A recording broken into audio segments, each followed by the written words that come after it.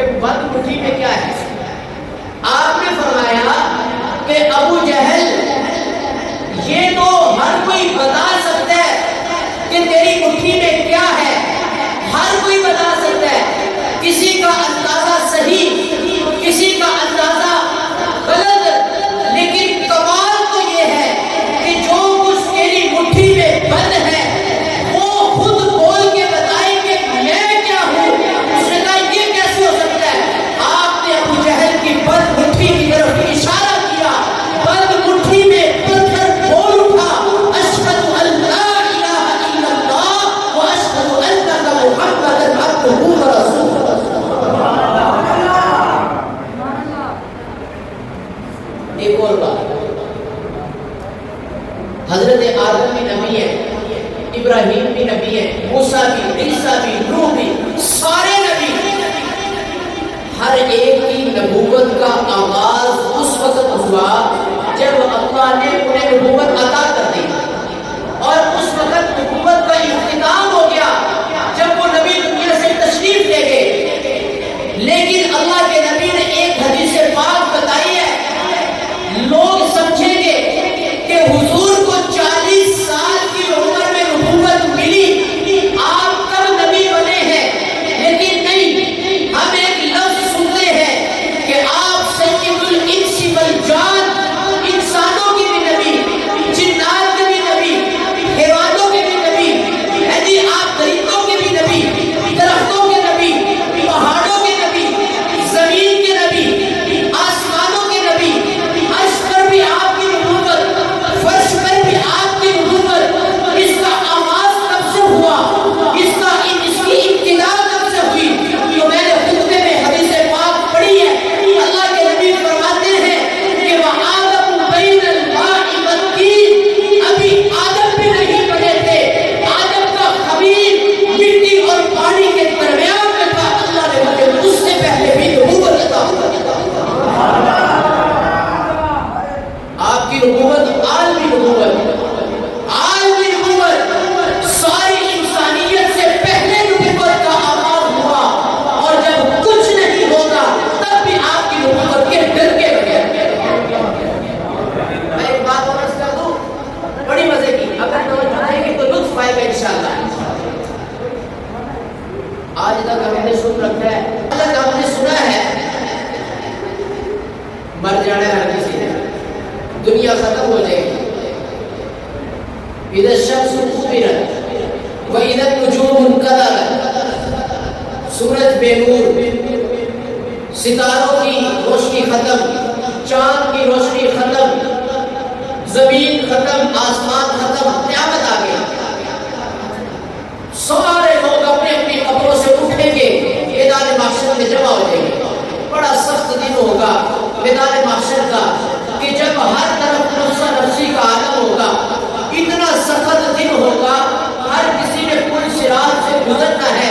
حدیث پاک میں آتا ہے پل صراط سے آدمی گزرے گا، جو ایمان والا ہے پار لگے گا، جو بے ایمان ہوگا گاجر مولی کی طرح کٹ کٹ کے نیچے دہکتی آگ جہنم میں ڈال دیا جائے گا۔ سورج سوار نیزے پر ہوگا، ساری کی ساری انسانیت اپنے پسینے میں ڈوب رہی ہوگی، اتنا سخت دن ہوگا کہ لوگ کہیں گے کچھ نہ کچھ فیصلہ سنایا جائے، جنہوں نے جنت میں جانا ہے ان کی جان چھوٹے جائیں جنت میں، اور جنہوں نے جانا ہے جہنم میں ان کا بھی فیصلہ ہو جائے، لیکن آج کے دن سے جان چھوٹ جائے، اتنا سخت دن ہوگا۔ لیکن میں نے ایک حدیث عرض کرنی ہے، اگر توجہ ہوگی بات سمجھ آئے گی، لطف آئے گا، اس کو پلے میں باندھیں گے تو انشاءاللہ ساری زندگی کی راہ انشاءاللہ سیدھی ہو جائے گی۔ سنیں گے توجہ سے؟ عرض کر دوں، قرآن پاک کی آیت ہے وَلَسَوْفَ يُعْطِيكَ رَبُّكَ فَتَرْضَىٰ، ہے نا جی؟ سورہ والضحیٰ چھوٹے چھوٹے بچوں کو بھی یاد ہوتی ہے، والضحیٰ وَاللَّيْلِ إِذَا سَجَىٰ مَا وَدَّعَكَ رَبُّكَ وَمَا قَلَىٰ، اس میں اس سورت میں یہ آیت ہے وَلَسَوْفَ يُعْطِيكَ رَبُّكَ فَتَرْضَىٰ، فَتَرْضَىٰ، اس کا میں ترجمہ عرض کرتا ہوں، پھر میں اس پہ آپ سے ایک سوال پوچھوں گا۔ اللہ فرماتے ہیں اے اے میرے محبوب میں آپ کو اتنا عطا کروں گا، اتنا عطا کروں گا، اتنا دوں گا، اتنا دوں گا، فترضا کہ آپ راضی ہو جائیں گے، آپ راضی ہو جائیں گے۔ مشرکین مکہ نے نا تانا دیا تھا کہ دیکھو اللہ تعالیٰ حفاظت فرمائے۔ مشرکین مکہ کہا کرتے تھے کہ آپ بھی بھوکا مرتے تھے اپنے یارانوں بھی، تو اللہ نے کیا کہا کہ محبوب میں آپ کو اتنا دوں گا، اتنا دوں گا، اتنا دوں گا کہ آپ راضی ہو جائیں گے۔ اب میں ایک سوال کرتا ہوں، مجھے یہ بتائیے ہمارے نبی نے بڑی شاہی زندگی گزاری ہے یا کہ سادہ زندگی گزاری ہے؟ سارے بولے سادہ گزاری نا جی۔ ایک حدیث پاک بتاتا ہوں، جبرائیل امین آئے، اے اللہ کے رسول یہ سامنے جو احد کا پہاڑ ہے نا، اللہ فرماتے ہیں کہ اگر میرا محبوب کہے تو میں اس پہاڑ کو آپ کے لیے سونے چاندی کا بنا دوں۔ تو آپ نے کیا فرمایا؟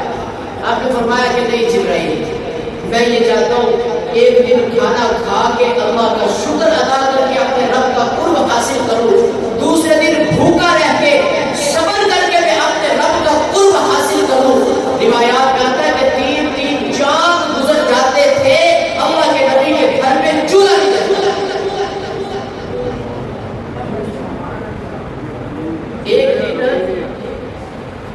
آپ رات کو سوئے ہوئے، رات کو آپ سوئے ہوئے، حضرت عائشہ آپ کے ساتھ آرام فرما ہے، فرماتی ہے کہ میں نے رات کو دیکھا کہ اللہ کے نبی بار بار کروٹ بدلتے ہیں، کبھی ادھر بے چینی ہے۔ اما عائشہ فرماتی ہے میں دیکھتی رہی، کچھ وقت گزرا تو میں نے دیکھا کہ جو چارپے کی ہی ہوتی ہے نا، ہی وہ سائڈ والی جو لکڑی، فرماتی ہے میں نے دیکھا کہ آپ نا اپنے پیٹ اور بیٹے کو نا اس ہی کے ساتھ لگا کے نا یوں دبا رہے وزن ڈال رہے ہیں۔